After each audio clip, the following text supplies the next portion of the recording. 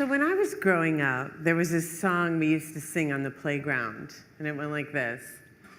Tracy and so sitting in a tree, Kissing. First comes love, then comes marriage, then comes baby in a baby carriage. And I'm like, okay, that's it. That's how you do life. That's how you do a relationship. Love, marriage, baby carriage. Okay, got it. And then I grew up, and this is what my life turned out to be. Slightly more complicated, right? Love, marriage, divorce, dry spells. Love, marriage, co-parenting, another marriage, another divorce. You get the picture.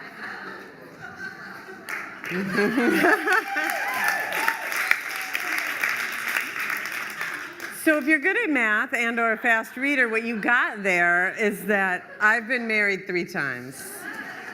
Yep, 3. And divorced. And what that's supposed to mean is that I am a total failure at relationships. And that is one way to look at it, but not the only way. Because what I think really happened is that I kept marrying the wrong person. Now, it's not that I didn't, it's not that I chose bad guys. My first 2 husbands were amazing men who are now married to wonderful women who aren't me. And my 3rd husband, well, we're friends on Facebook now. So all's well that ends well, right? After the collapse of my 3rd marriage in 2005, I realized that I had been marrying everyone in sight except the one person that I really needed to marry in order to have a great relationship. And that once I married that person, all of my relationships would be successes, even the failures. The so-called failures, actually. So since we're talking today about women inventing, I want to talk about inventing relationship. And what I've found through a lot of trial and obviously many, many, many errors to be the thing that has transformed my life in love. And that is this idea of marrying yourself. So what does it mean to marry yourself? It's a big idea. It's as big as marriage itself, except if I could just summarize it, it would be that you enter into a relationship with yourself and then you put a ring on it. In other words, you commit to yourself fully. And then you build a relationship with yourself to the point where you realize that you're whole right now. That there's no man, woman, job, circumstance that can happen to you that's going to make you more whole, because you already are. And this changes your life. So by now, I'm sure at least some of you are wondering why you should be listening to a 3-time divorcee talk about marriage, even to herself. And I understand that. And here's what I have to say about that.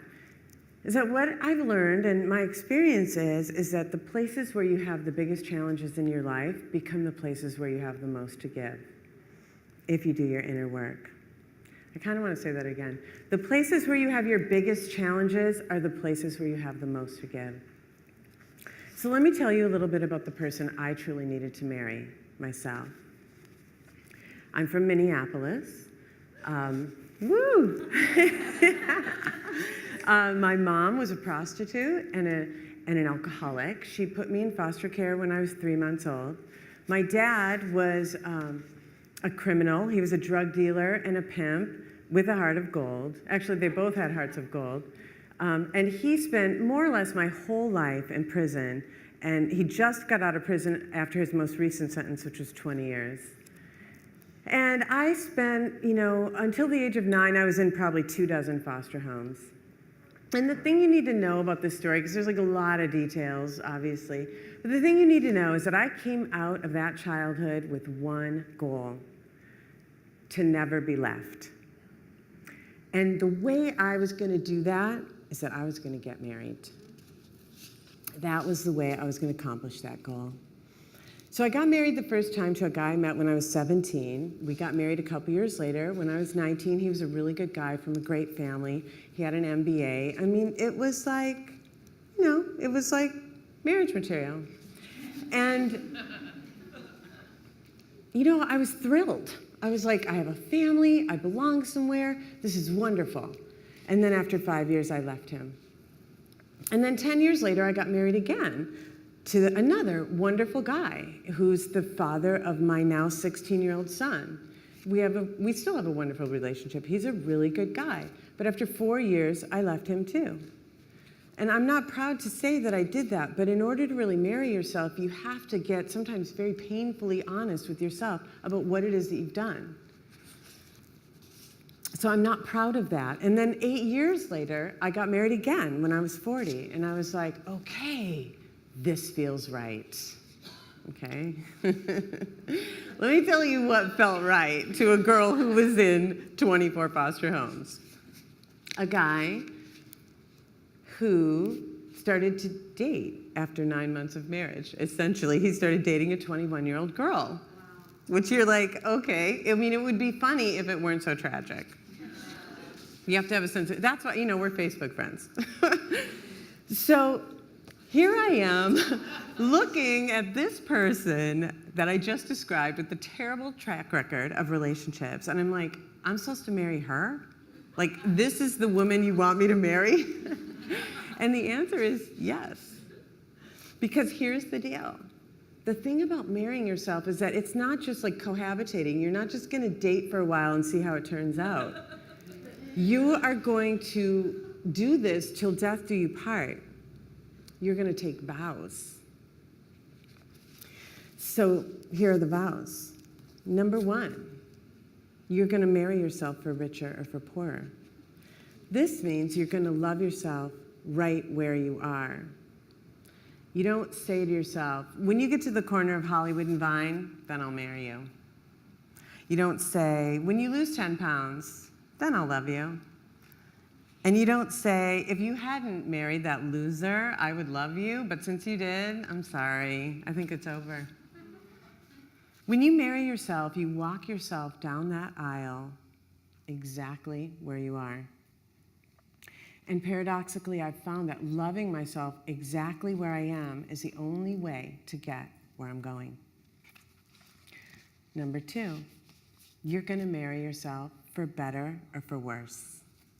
So what this means, it's like most of us are willing to love ourselves for better. I mean, sure, like, I'm having a great hair day today. I love me. That's not what I'm talking about.